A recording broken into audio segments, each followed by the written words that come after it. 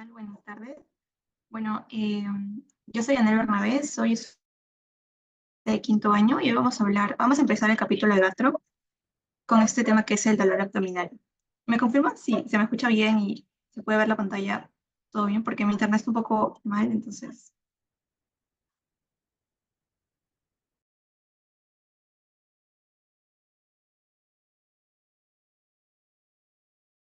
ya imagino que sí, todo bien, ¿no? Ya, entonces vamos a empezar con el tema del dolor abdominal. La idea es que este sea como una introducción al capítulo. Vamos a ver ahorita qué va a contener este tema, ¿no? Bien, acá están los contenidos. Entonces vamos a ver primero un caso clínico, luego un poco de anatomía y topografía, que es importante para el examen en cuanto al dolor abdominal, la fisiopatología, la anamnesis y el examen físico. Y luego vamos a terminar de resolver el caso clínico. Así que empezamos, chicos. Cualquier pregunta que tengan durante la exposición o la clase pueden eh, alzar su mano o ponerla por el chat en todo caso. Bien, entonces nuestro caso clínico dice lo siguiente. Es una paciente de sexo femenino de 30 años que acude al servicio de emergencias, refiriendo, ¿no?, un cuadro de 18 horas de ebullición aproximadamente, que está caracterizado por un dolor tipo retortijón de inicio súbito, de intensidad 9 de 10, que está localizado en el mesogastrio y luego se va a la fosa ilíaca derecha. Se irradia al hipogastrio y este dolor va a permanecer y se exacerba con los movimientos. Además, la paciente refiere sensación de alza térmica no cuantificada, vómitos y estreñimiento. En las pacientes vitales, frecuencia cardíaca de 80, presión arterial de 100 sobre 60 y frecuencia respiratoria de 24. La temperatura es en 36,5 al momento del examen, ¿no? El examen físico, su abdomen está globoso, a expensas del tejido celular subcutáneo, es blando, depresible, doloroso, la palpación profunda, superficial y profunda, los ruidos hidroaéreos presentes, pero están hipoactivos, tiene Bloomberg positivo y el signo de SOAS positivo y el signo del obturador negativo. Entonces nos pregunta cuál es el diagnóstico más probable, ¿no? Este caso lo vamos a discutir al final de todo lo que vamos a hablar hoy, ¿sí?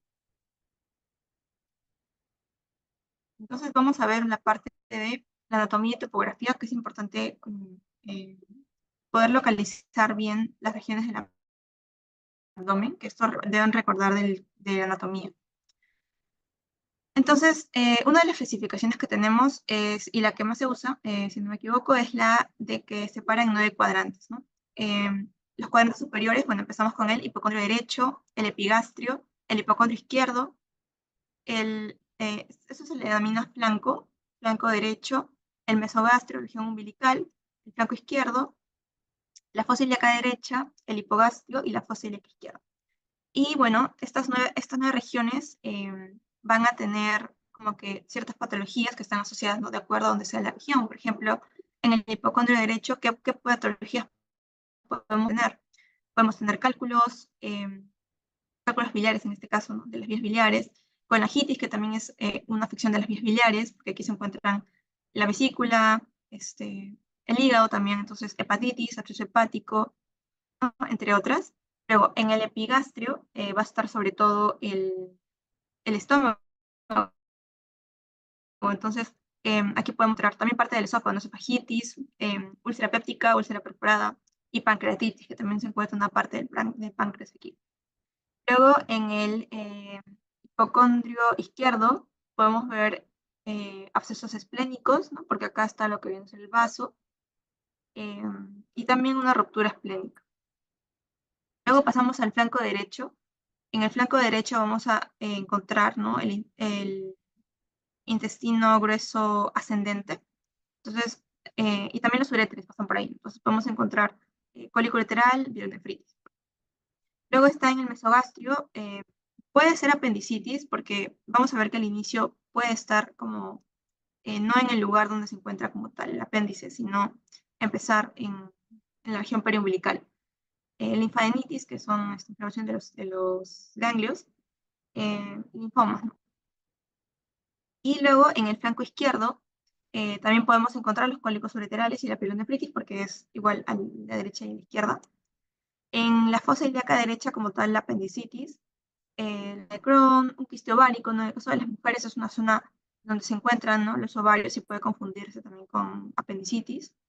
Un embarazo ectópico, recordemos que el embarazo ectópico es cuando eh, el feto se va a localizar en una zona donde no debería estar, no debería ser en el útero, pero en este caso se puede localizar en el ovario, por ejemplo, o en otra zona que no corresponde, ¿no? Y también hernias. En el caso del hipogastrio podemos tener una torsión testicular en el caso de los varones, retención urinaria, porque aquí también se encuentra la vejiga, cistitis, que también es una inflamación de la vejiga, o desprendimiento de placenta en las mujeres, ¿no? Y en la celíaca izquierda podemos encontrar colitis ulcerativa, porque acá también se va a encontrar la parte final del intestino delgado, del intestino grueso, perdón. También un quiste ovárico y hernias. Y la constipación, que es cuando se almacenan las heces y no pueden ser eliminadas. Y entonces, eso es por la parte de anatomía y topografía. Ahora vamos a pasar a lo que es, como tal, la fisiopatología del dolor abdominal, que es el tema de hoy. En la fisiopatología vamos a tener como tres, o sea, dividido en tres, que son los tipos de dolor, por así decirlo. Está el visceral, el somático y el referido. Y esos son los dolores que vamos a tener que identificar, ¿no? Frente a qué dolor nos encontramos, qué tipo de dolor. Entonces, en el visceral, ¿cuál va a ser el origen de este? Va a ser ya sea la contracción, distensión, isquemia o inflamación de vísceras huecas, como dicen, ¿no?, visceral, pero no es como tal que, o sea, tiene que haber como que pasarle algo a la víscera para que pueda originarse este dolor, ¿no?, que pueden ser estas cuatro situaciones. ¿Cómo se va a conducir este dolor? Mediante fibras nerviosas autónomas, que son las de tipo C. Recordamos que son las fibras lentas. Ahora, la característica de este dolor es, bueno, cómo va a ser su localización, es decir, que va a ser un dolor mal localizado. El paciente no va a poder señalarte con un dedo ese dolor, sino que lo va a señalar en un espacio más amplio. La clínica en este caso está acompañado de síntomas vegetativos, como cuál, por ejemplo, náuseas, sudor, vómitos, ¿no?, síntomas vegetativos. Un ejemplo de cuando hay un dolor visceral, por ejemplo, en el dolor periumbilical de la apendicitis aguda, ¿no? Es un dolor que no pueden señalar con un dedo, pero así es cuando va empezando, ¿no?, la apendicitis, un dolor periumbilical. Bien. Y luego tenemos al dolor somático.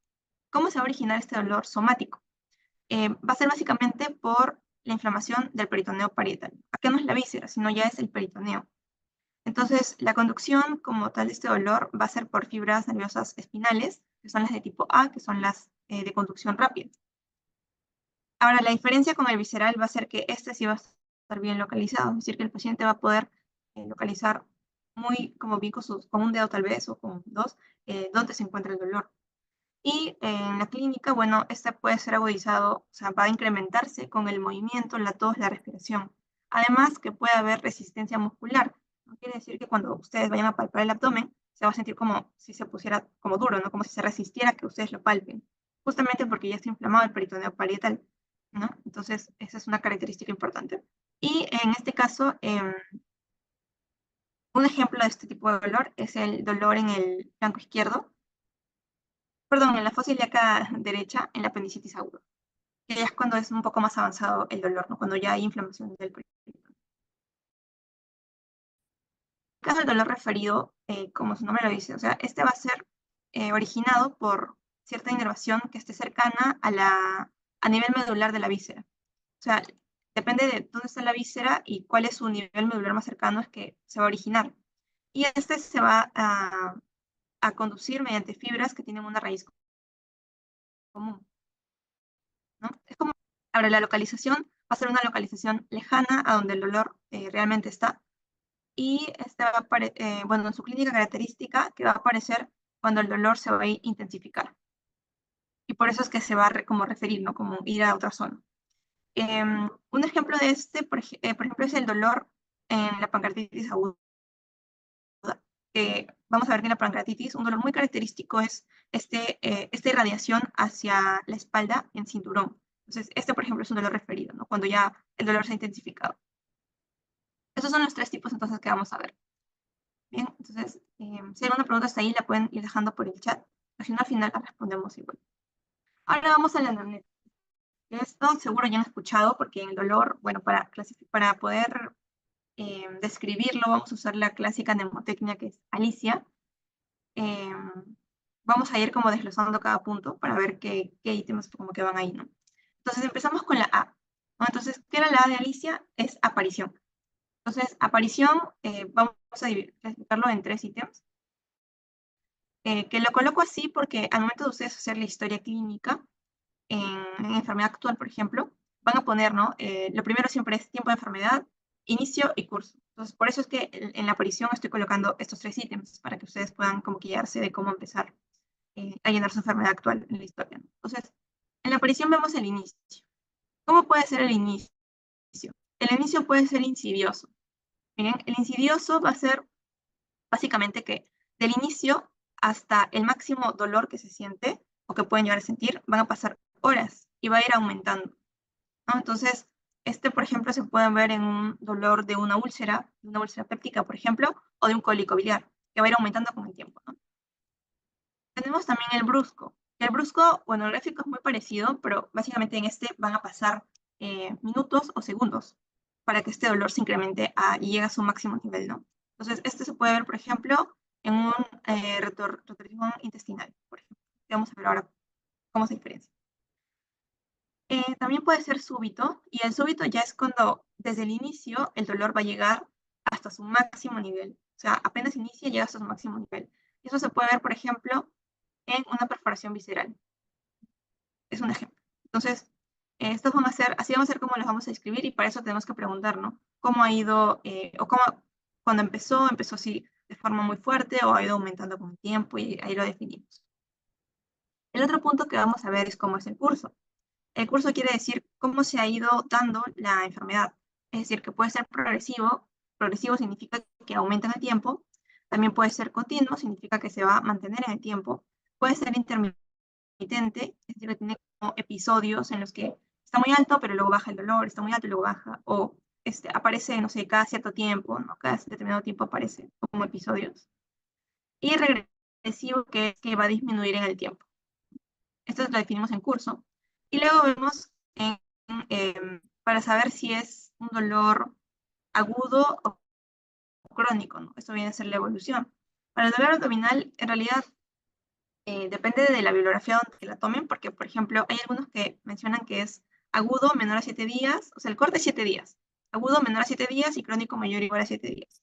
Pero hay otros que consideran un periodo subagudo, que sería de 7 a 14 días, y ya consideran crónico desde más de 14 días. Entonces, eso ya depende de la bibliografía, pero vamos a tomar esto eh, como 7 días, el punto de corte, ¿no? Bien, y luego de ver la aparición viene la L, ¿no? Que es de localización. Es decir, cómo va a ser el dolor, ¿no? ¿Va a estar localizado en un punto en específico, o va a ser más, que puede ser más generalizado, en este caso, que no sea un punto, ¿no? Sino que te diga que no puede encontrar o sea, que es más como difuso, ¿no? Y luego está el migratorio, que empezó en un lado, pero luego duele en otro. Por ejemplo, empezó en el mesogastrio, pero ahora me duele en la fosa ilíaca derecha. Es migratorio. Y algo importante a tener en cuenta aquí es que el dolor que sea localizado suele estar en la zona correspondiente a la víscera inflamada. Si es localizado, entonces es muy probable de que el origen sea la víscera que está en esa ubicación, o las vísceras, una de las vísceras que puede estar en esa ubicación. ¿Bien? Entonces luego pasamos a intensidad. Intensidad, vamos a tener esta conocida escala que va a ir del 0 al 10, ¿no? Siempre explicando a la paciente que 0 es, ¿no?, sin mucho dolor, y 10 es el peor dolor de su vida. A esto se le conoce como la escala del dolor de Eva, y tienen que explicarle, ¿no?, qué significa 0, qué significa 10. A veces, o sea, solo con los números no es suficiente, y por eso es que hay unas escalas también gráficas, como ven, caritas, y con eso puede ser un poco más sencillo que el paciente pueda entender qué es lo que le estás preguntando. Bien, entonces ya tenemos A, L, I, nos faltaría la C. Entonces, vamos a ver lo que es la C, que es el carácter. ¿Ya? Para el carácter hay dos términos que al menos a mí se me hacían muy similares, pero no son similares, ¿no? Entonces es importante diferenciarlos. Y por eso les quisiera preguntar si saben cuál es la diferencia entre cólico y retortijón. ¿O creen que es lo mismo? O sea, el mismo tipo de dolor. Porque acá estamos viendo el carácter, quiere decir que cómo describimos ese dolor, ¿no? ¿Cómo es ese dolor? Entonces, ¿cuál creen que sea la diferencia entre cólico y retortijón? O retorcijón. A ver, les leo, o si quieren, prendan su micro, no hay problema. O si no saben, también no hay problema.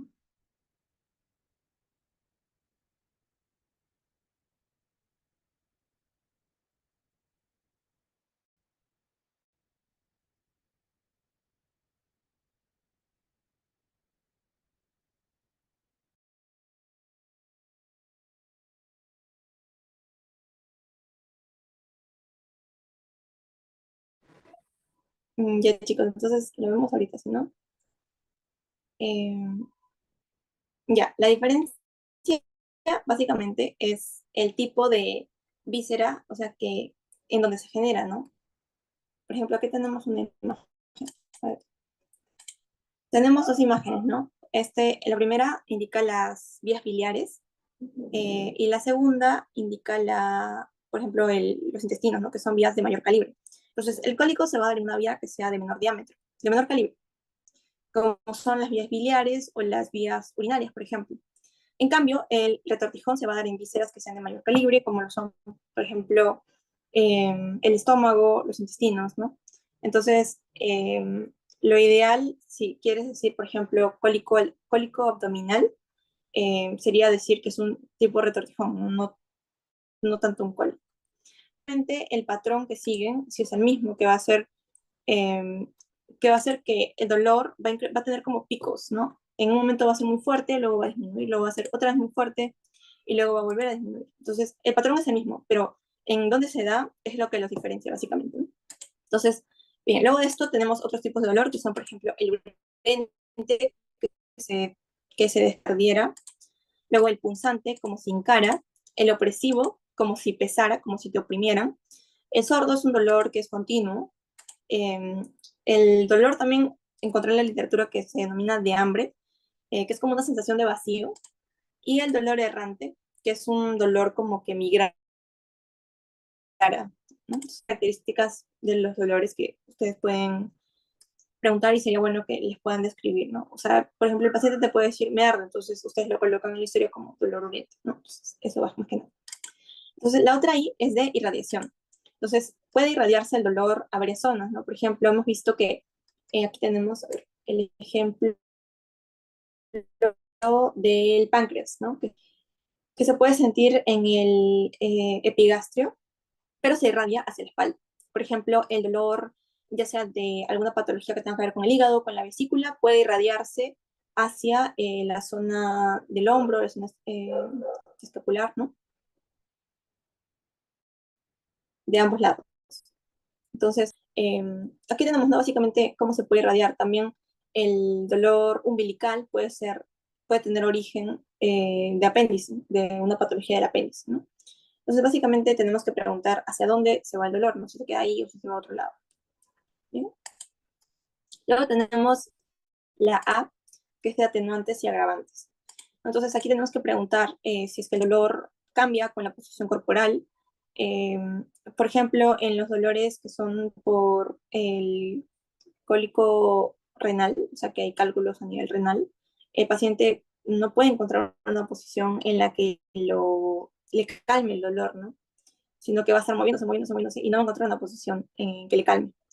También tenemos que ver si está asociado a comidas copiosas, es decir, por ejemplo, si te dicen que el dolor se incrementó por una comida muy copiosa, ¿no? Entonces ahí podemos identificar, o comidas grasas también, ¿no?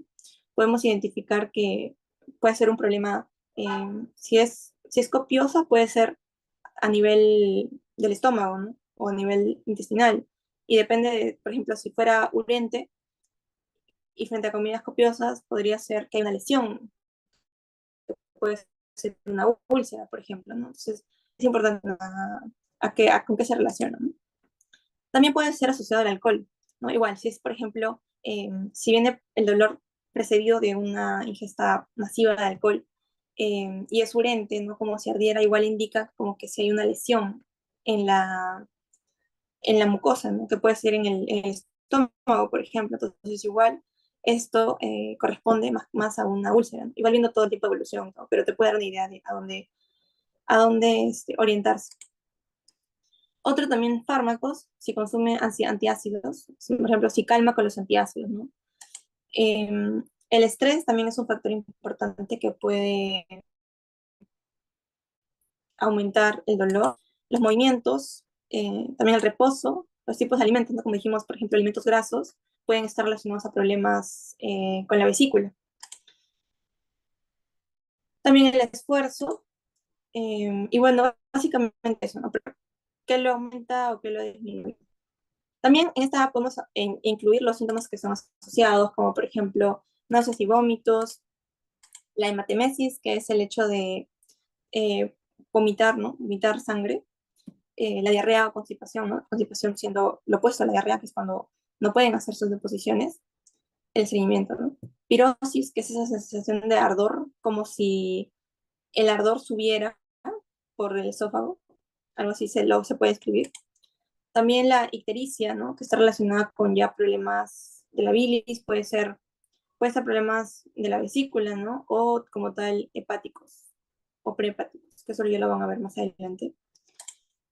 Y también la melena, ¿no? Que son las heces negras, tipo, ¿no? Que son como brillantes y malolientes, ¿no? Malolientes. También es importante identificar ello y diferenciarlo, ¿no? De que realmente o sea, que no esté asociado al medicamento o alimento, porque hay unos medicamentos que pueden hacer que las heces se pongan negras. Pero si no, entonces sí se le puede considerar melena. Y también la fiebre. Entonces, todo esto es importante preguntar. Si el paciente no te lo dice, tú puedes preguntarle porque son muy clásicos, al menos en gastro. Y también preguntar por los antecedentes que son importantes. Por ejemplo, ay, se pasó. Por ejemplo, preguntar si ha presentado episodios similares antes. Eso es importante, ¿no? A ver si es la primera vez que tiene ese dolor o no. Porque, por ejemplo, cálculos, el dolor puede ser que haya tenido ese episodio similar antes, pero el cálculo haya pasado, o sea, se haya liberado la vía, ¿no? Pero en este momento el cálculo está obstruyendo la vía y ya no se libera. Entonces, eso te indica más también a que el problema de cálculo ya viene desde antes, ¿no? También antecedentes patológicos como los médicos, quirúrgicos, vamos a tener una operación, obstétricos, si toma medicamentos, antecedentes sexuales, abuso de sustancias o viajes, que los viajes te pueden indicar una patología más infecciosa, ¿no? Si es en una zona donde predomina alguna enfermedad. Bien, básicamente eso por la parte del anamnesis, ¿no? Si tienen una pregunta, pueden hacerla, chicos, no hay problema. Vamos a ir continuando, pero si tienen normal para un resto, ¿sí? Entonces, ahora sí vamos a pasar al examen físico. Ahora, en el examen físico, recordamos que tenemos los 4 como puntos básicos para hacer el examen, ¿no? Que viene a ser inspección, palpación, percusión y ocultación. En el caso del abdomen, ya habrán escuchado que este orden va a cambiar. ¿Por qué? Porque si nosotros seguimos este orden y palpamos y al final la auscultamos, vamos a alterar todos los fluidos intestinales. Entonces, ya al final al auscultar no va a ser algo fisiológico, sino algo alterado que ha sido por nosotros, ¿no? Entonces, en el caso de abdomen, vamos a seguir el orden que es siempre inspección primero, luego auscultación, luego palpación y percusión. Palpación y percusión en realidad pueden variarse, o sea, puede ser primero percusión o primero palpación. Eso es indiferente, pero lo que sí es que primero va a ser la auscultación. Entonces, vamos a primero la inspección, que es la primera parte del examen físico, ¿no? Entonces, en inspección tenemos que tener en cuenta primero cómo vamos a posicionar a nuestro paciente, ¿no? Lo ideal es que esté en posición supina, echado, ¿no? Con la espalda pegada a la camilla, con los brazos relajados a los lados y las piernas sin cruzar. Vamos a descubrir el abdomen para poder evaluarlo bien. Y antes de empezar el examen, recordamos lo básico de todo examen físico, ¿no?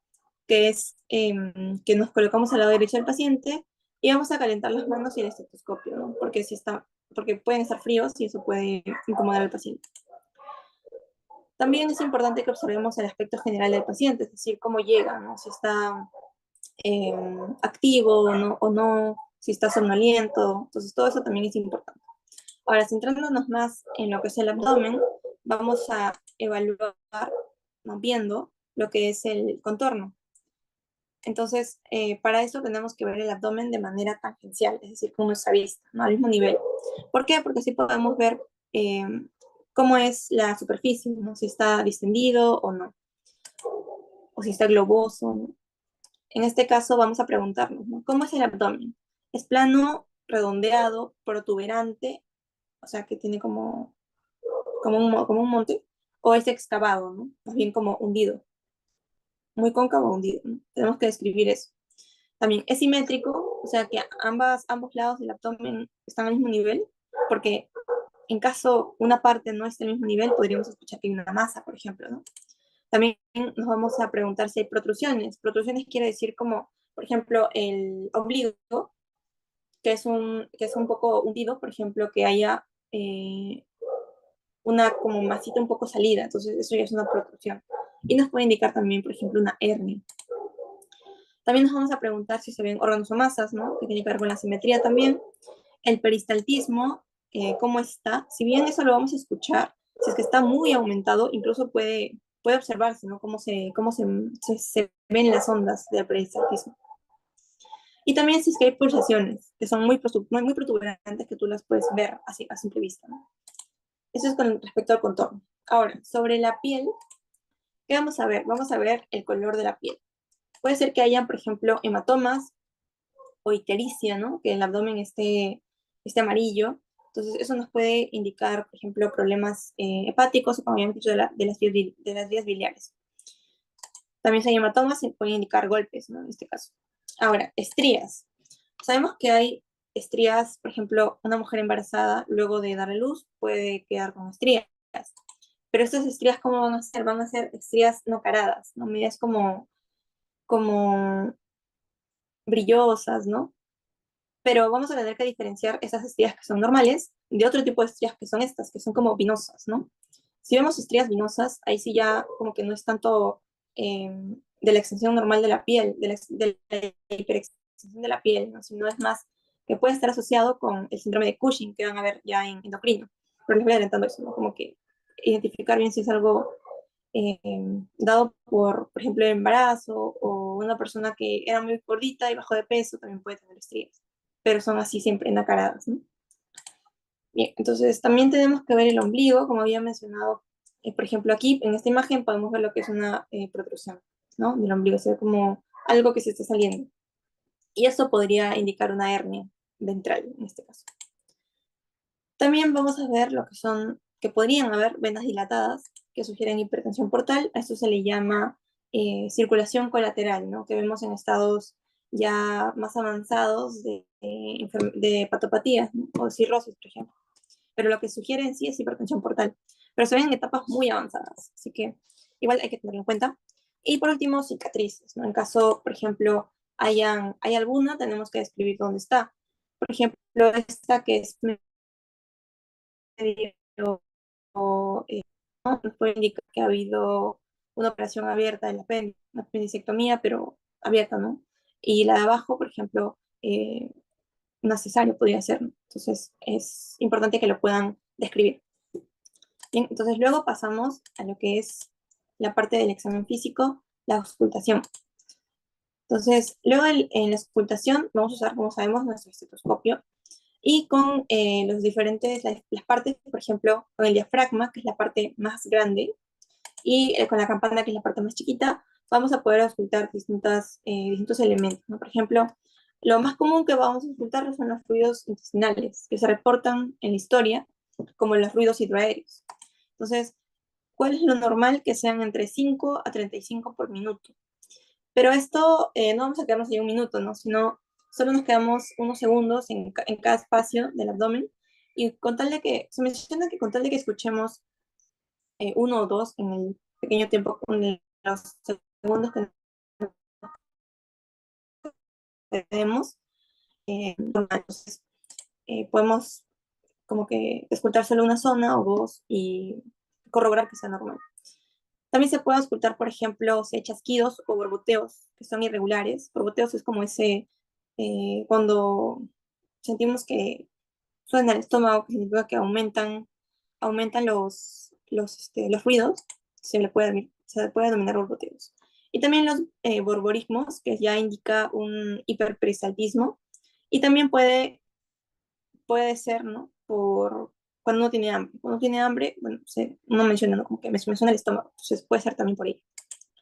Ahora, ¿cuándo estos ruidos van a estar aumentados? ¿En qué situaciones? En la diarrea es uno de ellos, ¿no? Que está aumentada todo el tránsito intestinal, y en la obstrucción intestinal temprana. Pero solo en la temprana. ¿Por qué? Porque es como si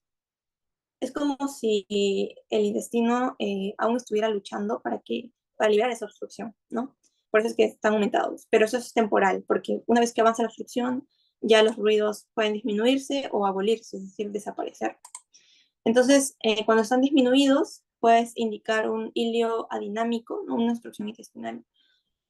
Adinámico es cuando no hay, ya no hay movimiento, ¿no? Total o una peritonitis también.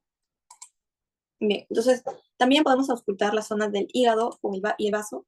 En este caso, lo normal es que auscultemos un silencio, y lo normal sería que encontremos ciertos roces, ¿no? Porque estos roces van a ser estos sonidos que están asociados a la respiración y que pueden indicar una inflamación del peritoneo, ¿no? Que está como recubriéndolo.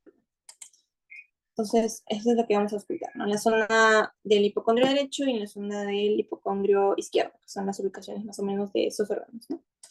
Y con la campana lo que vamos a escuchar mejor va a ser los sonidos vasculares, ¿no? Que en este caso lo normal es no encontrar soplos, tampoco ni roces, ¿no? Esos son los puntos que podemos auscultar. La aorta, la arteria renal que está en los costados, la arteria ilíaca, la femoral. Pero sobre todo la aorta, la arteria renal, ¿no? Que son la aorta, que es la más grande. En caso escuchemos soplos, va a ser como en cardio, más o menos, que puede haber una obstrucción, ¿no? Y es importante que lo hagamos antes, por eso es importante que lo hagamos antes de palpar, porque imagínate que hay como un ateroma, claro, un ateroma, y al palparlo o al percutir podemos hacer que se convierta en un émbolo, ¿no? Que viaje por la circulación. Entonces es importante auscultar primero. Bien, entonces pasamos a lo que es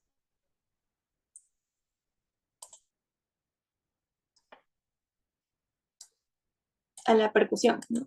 Me está cargando ya. Entonces, en la percusión tenemos que identificar o reconocer qué es lo que vamos a escuchar que sea normal.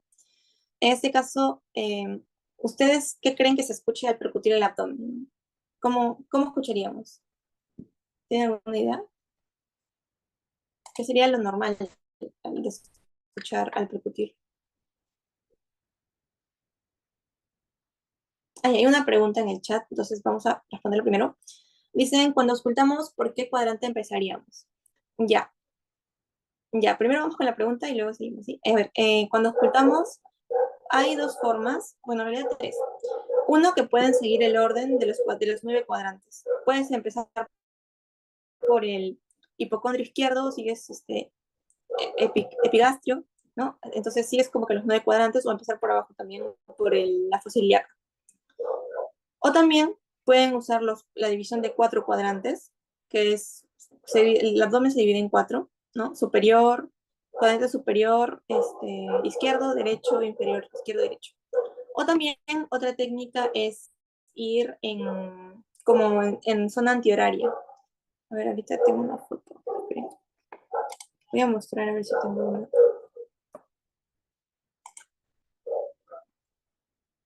Y aquí, miren.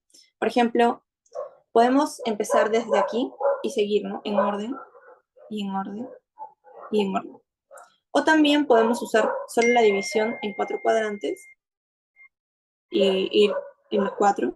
O también otra técnica que se puede usar es ir en dirección antihoraria, que es empezando de acá y vas como en un círculo. Así. Eso ya depende de cada uno, pero básicamente esas son las formas. Igual esto va a repetirse en la palpación también. O sea, la forma en la que ustedes empiecen va a depender de ustedes, pero pueden hacerla de todas estas, ¿no? Ahora, algo que me olvidé mencionar, bueno, que lo voy a mencionar más adelante, mejor, porque estamos a auscultación. Entonces, si respondo tu pregunta, espero que la haya respondido. Y bien, seguimos con percusión. Entonces, mencionaba que cuál era el sonido normal. Y ahí me dicen un sonido tipo mate. El sonido tipo mate se haría, por ejemplo, frente a un órgano que sea más sólido, ¿no? Entonces, o sea, tú percutes mate cuando es un sólido. Si ustedes intentan percutir, por ejemplo, una caja vacía, claro, van a percutir un sonido más timpánico, porque hay aire dentro. Entonces, el abdomen es una cavidad que va a estar, sobre todo, llena por los intestinos, en ese caso. Entonces, lo tipo timpánico. Ahora, hay órganos que son, eh, que no son huecos, ¿no? En este caso sería, por ejemplo, el hígado, el vaso timpánico. Entonces, vamos a ver ahorita cuáles son estas notas de percusión que vamos a escuchar, ¿no? Timpánico, que va a ser sobre un área llena de aire, ¿no? Resonancia va a ser cuando este aire, o sea, va a haber mucho más aire de lo normal, que puede ser en la base del pulmón derecho. Resonancia va a ser sobre el tejido pulmonar y la matidez, ¿no? Sobre órganos sólidos o sobre líquido. Entonces, en el abdomen sobre todo vamos a tener timpánico y matidez o submatidez, como se llama, sobre el hígado, por ejemplo. Entonces vamos a ver, por ejemplo, en el tono, como había mencionado, timpanismo predomina, ¿no? Acá estaban los cuadrantes, por ejemplo, ¿no? Les mencionaba que podían, igual en la percusión, usar los 9 cuadrantes o los 4, ¿no? Y bueno, va a haber matidez, por ejemplo, imagínense que la matidez puede encontrarse en el hipocondrio, ¿no? Eh, Derecho, porque por acá se encuentra el hígado, pero imagínense que encuentran una matidez en el hipogastrio. Entonces, en esta zona suprapúbica puede indicar una vejiga distendida, ¿no? Porque ya sería como un órgano que está lleno, ¿no? Con líquido, básicamente eso. Pero sigue esa misma lógica, ¿no? Ahora, también es importante que en la percusión hay una forma de poder determinar como el tamaño del hígado, ¿no? Que se llama el spam hepático. ¿Y cómo lo hacemos? Aquí tenemos una imagen de un torso y tenemos, ¿no? Dibujado ahí el hígado. Entonces, lo ideal para ver el spam hepático es identificar dónde empieza y dónde termina el hígado en una línea vertical, ¿no? Entonces, empezamos con el borde superior, que va a ser, la técnica va a ser básicamente percutir entre los espacios intercostales. O sea, vamos a empezar más arriba, como que a este nivel, y vamos a buscar los espacios intercostales y vamos a ir percutiendo. Como sabemos, estamos en la zona pulmonar, entonces lo que vamos a escuchar en la percusión es más sonido resonante, ¿no?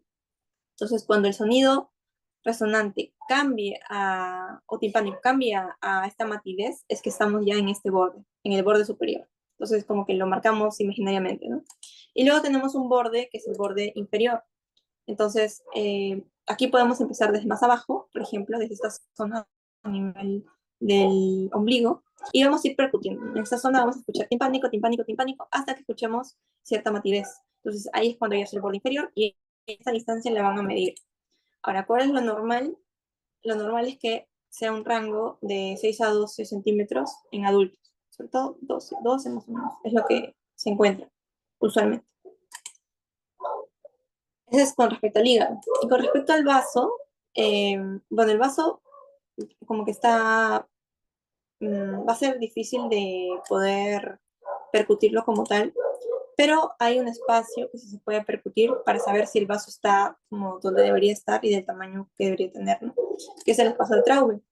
Seguro han escuchado del espacio de Traube, ¿no? Sus límites, bueno, la sexta costilla, el margen costal y la línea axilar media izquierda. Esos van a ser básicamente los límites. Y en este espacio nosotros vamos a percutir. Y lo normal que se encuentre es timpanismo, lo que significa que el vaso está en la posición adecuada, ¿no? Porque estamos percutiendo básicamente acá. Y el vaso se encuentra en esa zona. Y lo normal sería que encontremos latidez, porque eso significaría que el espacio de Traube está siendo ocupado por el vaso, ¿no? Posiblemente, y eso indicaría que está como agrandado. Entonces, básicamente, esas son las formas en las que podemos usar la percusión para examinar el abdomen, ¿no? Si hay alguna duda hasta acá, igual me escriben por el chat, ¿sí? Porque vamos a pasar ya a lo que es la palpación.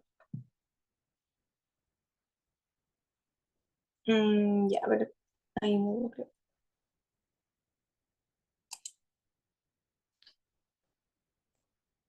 ¿Cómo se explica la hiperresonancia en la base del pulmón?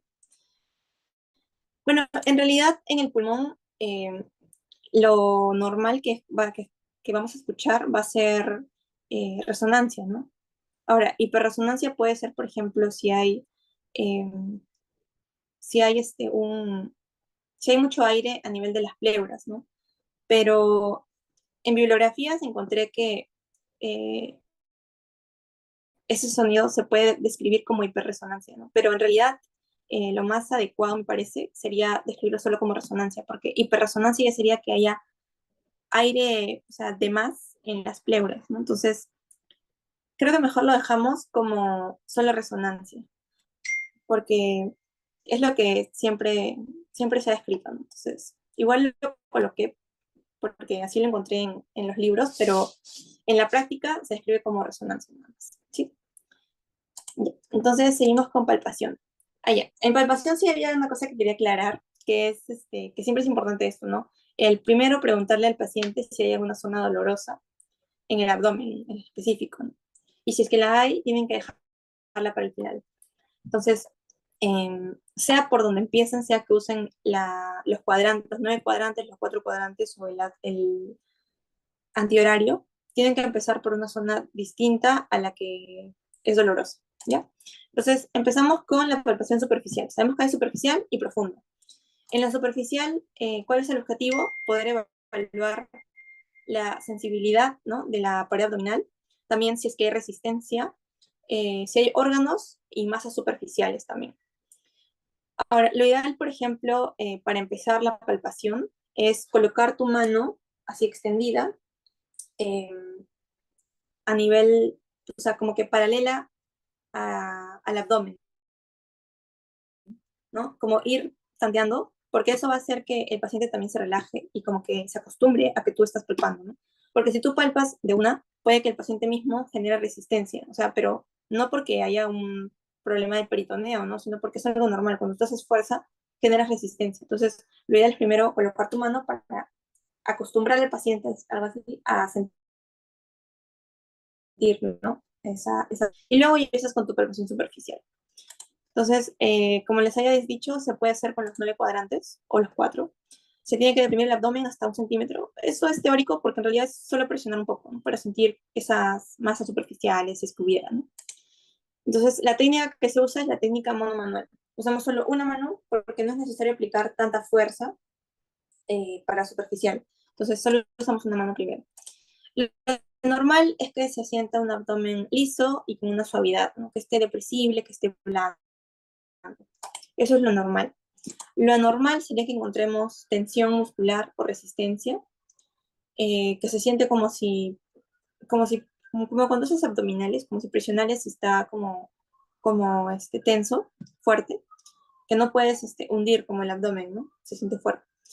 También que haya sensibilidad, es decir, que apenas tú tocas superficialmente, hay mucho dolor, eso también es algo anormal, y que encuentres masas, por ejemplo, ¿no? Para esto, para ayudar al examen, puedes pedir al paciente que exhale, porque cuando uno exhala, relaja los músculos. Entonces, esto puede ayudarte a que palpes si realmente es resistencia del paciente o es algo patológico, ¿no?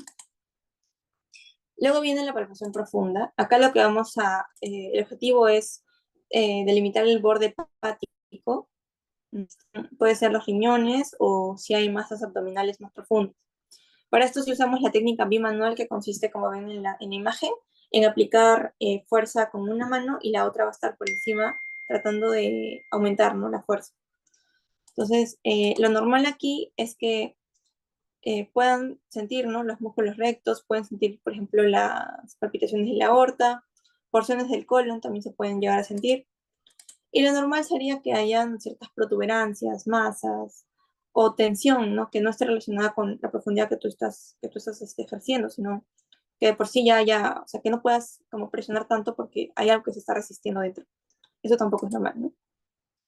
Ahora, ¿cómo delimitar si son masas superficiales o intraabdominales? O sea, que están superficiales quiere decir que están por encima de la pared abdominal o intraabdominales que están dentro, ¿no? del peritoneo. Para esto se le puede pedir al paciente que eleve su cabeza. Cuando elevas tu cabeza es como si fuera a hacer un abdominal, que va a hacer que contraigas los músculos abdominales. Entonces, le pides al paciente que levante su cabeza, esto va a hacer que contraiga sus músculos y ocultar las masas que están intraabdominales, ¿no? Pero las que son superficiales sí se van a poder sentir aún, porque están por encima del peritoneo en este caso, ¿no? Eso es algo que pueden hacer para determinar, ¿no? Qué tipo de masa es. Bien, entonces luego seguimos con lo que es la palpación y vamos a ver qué más podemos palpar, ¿no? En el caso del hígado es importante que también lo palpemos, porque si bien podemos determinar el span que hemos visto que es el tamaño, ¿no? Para ver si está agrandado o de tamaño normal, tenemos que palpar cómo está su superficie, sus bordes, ¿no? Entonces, para esto se puede colocar la mano izquierda del paciente, ¿no? Sosteniendo las costillas 11 y 2. Esta es la mano que va a sostener debajo del paciente. Luego colocan la mano derecha con los dedos hacia la cabeza, o sea, para arriba, y va a ser en la línea medio clavicular derecha, justo en debajo del reborde costal. Entonces ahí es donde, o el reborde donde sintieron la matidez, mejor dicho, ¿no? Ahí es donde van a presionar y van a pedirle al paciente que mientras ustedes presionen haga una inspiración, o sea, inspire profundamente, porque eso va a hacer que sus manos puedan entrar mucho más y puedan sentir realmente al hígado, ¿no? Entonces, lo normal es que ustedes puedan palpar un borde suave, que sea regular y que la superficie sea lisa, ¿no? Porque el hígado tiene que ser algo suave. Lo normal sería que ustedes encuentren, por ejemplo, un hígado de consistencia como una piedra, ¿no? Que se llama pétreo. Eso no es normal.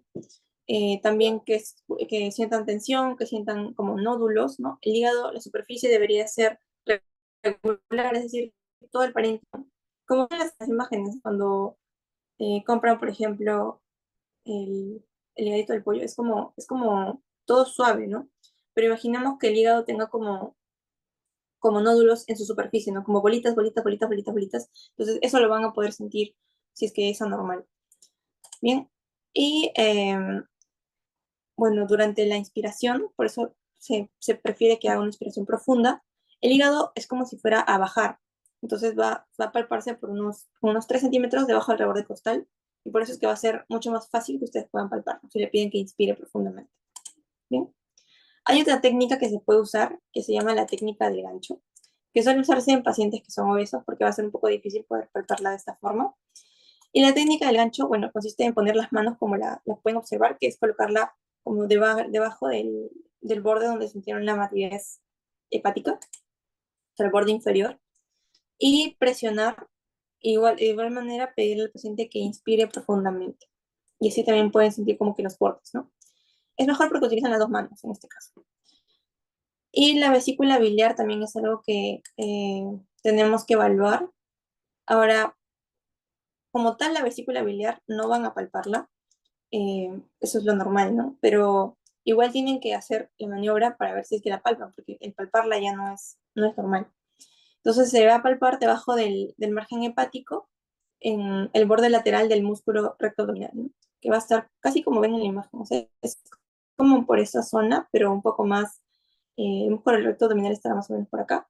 Entonces tienen que palpar en esa zona. Pero lo normal es que no se palpe porque, como ven en la vesícula, las fotos, está como si estuviera al mismo nivel del hígado, ¿no? Como salida, pero en realidad está como debajo del hígado, entonces va a ser muy difícil que la palpen, a menos que haya un proceso anormal ahí.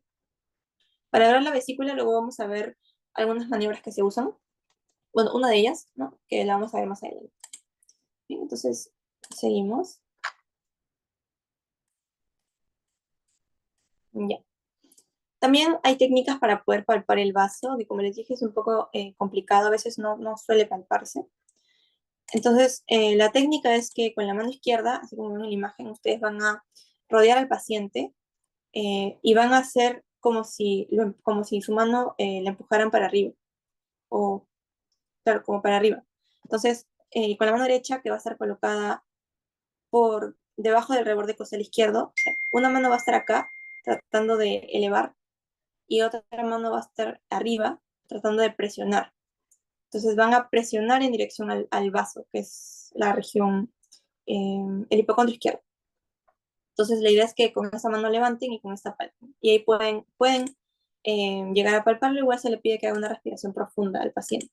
Esta es de otra vista, miren que acá tenemos el ombligo. También se le puede pedir, ¿no? Que se apoye en su lado derecho y así puede ser un poco más sencillo tal vez que lo puedan palpar. Pero la técnica es la misma, ¿no? Con una mano empujan y con la otra presionan. Uh-huh. Y luego está la palpación de los riñones, que igual tal vez puede ser un poco difícil que lo palpen, pero esto sí es normal que lo palpen, se llama el signo del peloteo renal. Entonces, con la mano izquierda se va a levantar desde atrás y con la derecha se palpa profundamente. La misma dinámica que con el vaso, ¿no? Van a hacer como si con una elevara y con la otra presionara, porque en esta zona está los riñones, ¿no? Y el paciente, ¿qué es lo que va a sentir? O sea, no va a sentir dolor, sino va a sentir como si capturaran y liberaran, ¿no? Su riñón, algo así. Bueno, que el derecho va a ser el que puede palparse mejor porque va a tener unos bordes más redondeados que el izquierdo. Entonces, continuamos. Si hay alguna pregunta, igual la pueden dejar por aquí, por el chat. Bien. Otra cosa que debemos palpar son, bueno, en este caso la aorta, es decir, los latidos, ¿no? El pulso. Entonces van a hacer una presión en el epigastrio a la izquierda de la línea media, o sea, a nivel del epigastrio. Aquí vamos a ver una imagen que se pueden presionar con ambas, con una mano a cada lado, como ven, ¿no? En la imagen. Ahora, en los pacientes mayores a 50 años, la aorta va a ser más o menos menor a 3 milímetros. Pero lo importante es que sepan que si ustedes llegan a palpar como una pulsación más lateral, puede sugerirles un aneurisma, ¿no? Que es una dilatación como tal de la arteria aorta abdominal. Bien, entonces luego vamos a ver unos signos que son, por ejemplo, este que es importante, el signo del psoas. ¿Cómo va a ser el signo del psoas? Vamos a ver mejor la imagen, que se puede escribir mejor, ¿no? Que es poner al paciente en decúbito lateral derecho, en este caso está en el izquierdo, pero bueno, también se puede hacer en el izquierdo, y extender la pierna derecha, ¿no? Como para atrás, o sea, la extiendes, y el dolor, o sea, el paciente si es que le duele, va a flexionar la pierna, ¿no? Y esto que va a indicarnos una sospecha de una apendicitis retrocecal. La apendicitis, más que nada. Otro signo importante también es el signo del obturador. Vamos a ver la imagen también. El paciente va a estar de cúbito dorsal y va a flexionar, ¿no? La pierna 90 grados y va a rotar su cadera derecha. O sea, vemos acá las flechitas, como que va a haber una rotación al mismo tiempo que hay esta flexión, ¿no? Entonces, eh, esto de aquí también va a dar la sospecha de una apendicitis, en este caso pélvica, ¿no? Pero es apendicitis, básicamente es la región. Retrocecal y pélvica es la región en donde está, ¿no? Pero lo importante es que nos indica apendicitis. Y el signo del rebote va a ser cuando hay dolor a la descomprensión brusca. O sea, ustedes van a presionar en la zona de la fosa ilíaca izquierda, no, fosa ilíaca derecha, perdón. Van a presionar y cuando ustedes suelten, va a haber dolor. Ahí, si es que es positivo, va a pasar esto, ¿no? Y eso también, esto va a indicar como tal una irritación del peritoneo que está, ¿no? En esta zona. Bien, y ahora vamos a ver los puntos dolorosos, que también es importante en el examen físico. Y aquí están, por ejemplo, el primero, que es el punto de McBurney, que seguro ya han escuchado antes. La cosa es poder identificarlo, ¿no? Por ejemplo, este va a ser una línea que está trazada, ¿no? Entre la espina ilíaca anterior superior y el ombligo. Entonces, esta línea la vamos a dividir en tres, y va a ser la unión de este tercio externo con los dos tercios internos de esta línea, ¿no? Ahí vamos a hacer presión también. El signo de Murphy, que ya el signo de Murphy, vamos a tener también, esto es para evaluar básicamente la vesícula o también las vías biliares, ¿no? Se pide al paciente que inhale profundamente. ¿Y cómo vamos a colocar las manos? Las vamos a colocar en el reborde, o sea, donde terminan las costillas, junto con la línea medio clavicular. Y ahí es donde vamos a hacer una presión cuando el paciente está inhalando. Entonces, ¿cuándo va a ser positivo? Cuando el paciente corta esa inhalación, o sea, la interrumpa, y por el dolor, ¿no? Entonces, no es tanto preguntarle como que le duele o no le duele, sino ustedes lo van a ver cuando corte esa inspiración. Porque de por sí puede que le duela normalmente, que presione muy fuerte, ¿no? Pero la idea es que interrumpa esa inspiración. Y por último, el signo de Robson, que va a ser un dolor referido hacia la fosa ilíaca derecha cuando se presione. O sea, por ejemplo, van a presionar en la fosa ilíaca izquierda y el dolor va a estar referido hacia la derecha. Y bueno, esos son los signos. A ver, creo que pronto se me chat. El rebote es Bloomberg. Claro, signo de rebote o signo de Bloomberg. Ya. Entonces, hasta aquí hay una pregunta. Vamos a ver ahora el caso clínico que quedó pendiente al inicio.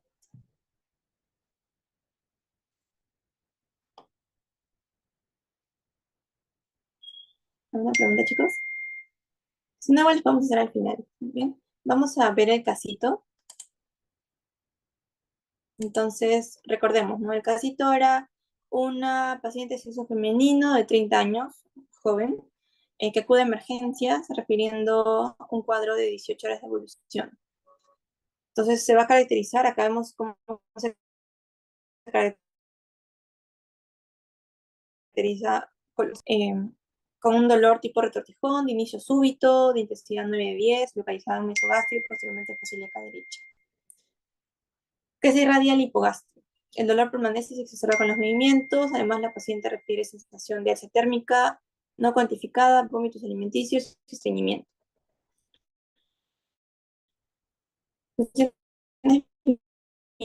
Están normales el abdomen globoso, a expensas de tejido celular subcutáneo, ¿no? Que es más como por pues, tener sobrepeso. Es blando, depresible, va a ser doloroso la palpación superficial y profunda. Los ríos cerebrales están hipoactivos. Bloomberg positivo, signo del psoas positivo y signo del obturador negativo.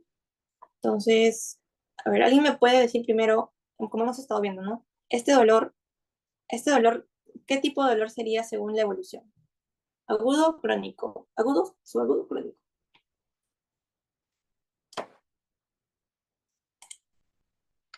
Agudo, claro, sería agudo, ¿no?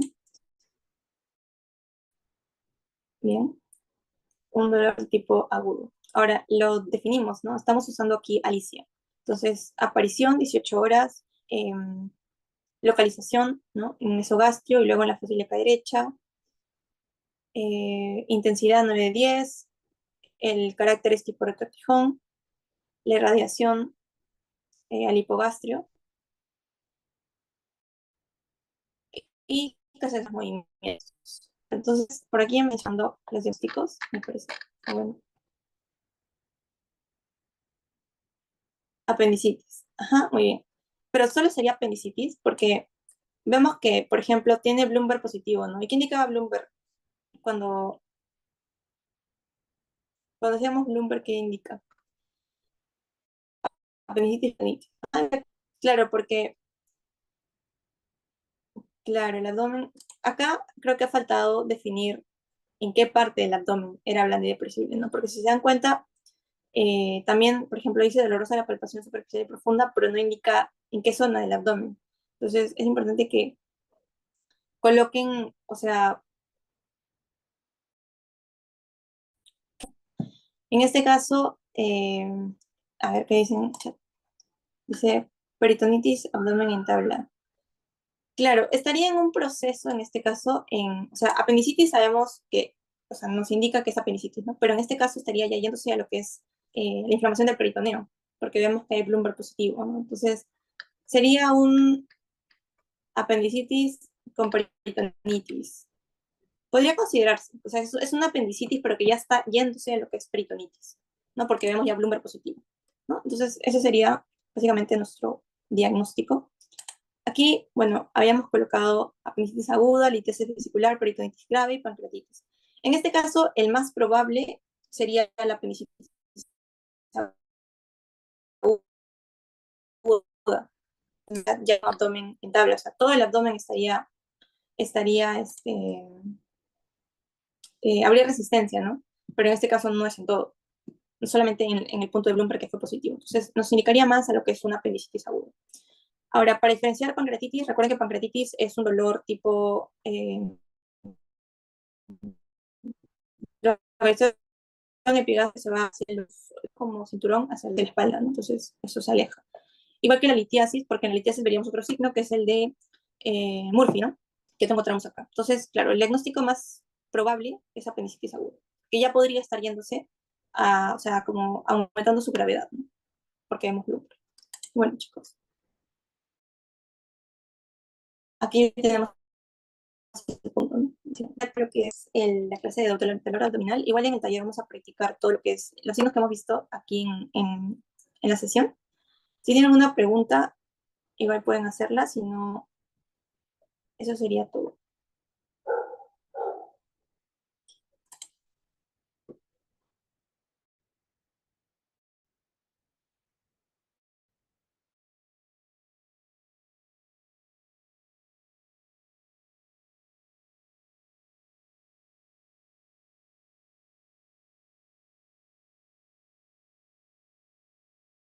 Ya, mencionan en el chat, a ver, el dolor de la pancreatitis, ¿qué carácter sería constante? La pancreatitis suele ser un dolor como opresivo, claro, es constante, opresivo, pero es un dolor muy fuerte que se irradia hacia la espalda. O sea, sobre todo la característica más como que te puede indicar que es pancreatitis es que cómo se irradia, ¿no? Como un cinturón hacia la espalda. Eso es lo clásico. Puede ser eh, opresivo o puede ser también, claro, sería opresivo constante. La percusión del hígado era mate timpánico. La percusión del hígado es mate, porque es un órgano, o sea, sólido. Timpánico es cuando hay un órgano hueco. Intentan percutir igual como una caja vacía y una que es más compacta y van a ver la diferencia ahí. Igual en el taller lo vamos a practicar.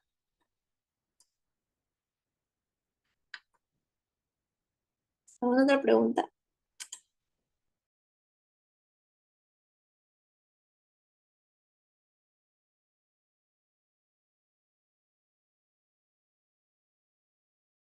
Ah, ya, la diferencia entre cólico y retortijón, la diferencia es básicamente la víscera, o sea, el diámetro de la víscera donde se está dando. Habíamos visto que el cólico va a ser de una víscera de pequeño calibre, como son las vías biliares o las vías urinarias, por ejemplo, que son delgaditas, ¿no? En cambio, el retortijón va a ser de una vía de mayor calibre, como el estómago, los intestinos, ¿no?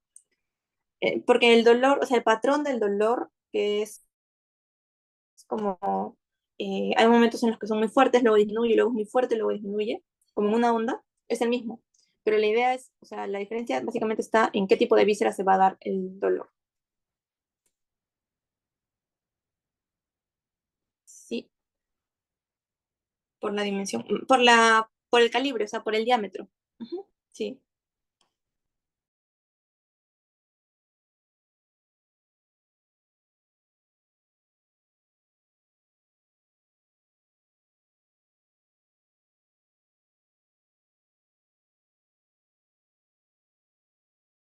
Bien, chicos, si no hay más preguntas, eso sería todo. Igual si tienen preguntas, las podemos responder en el taller del sábado, no hay problema.